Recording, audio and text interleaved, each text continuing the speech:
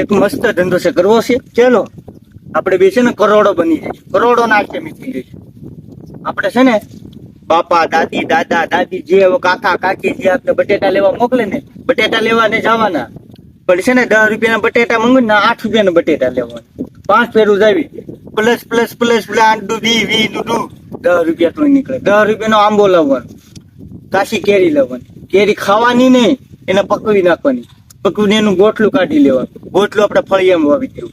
5 વર્ષમાં ફળિયામાં આંબો મોટો થઈ જાય. આંબો લઈને એના પૈસા ઉતારીને પાછા વાપરવાના નહીં, એનો જુગાર રમવાનો.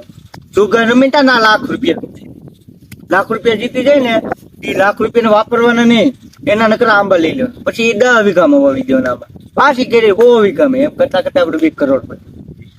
વાહ ભાઈ વાહ. બટાટા લઈ આવજો ને.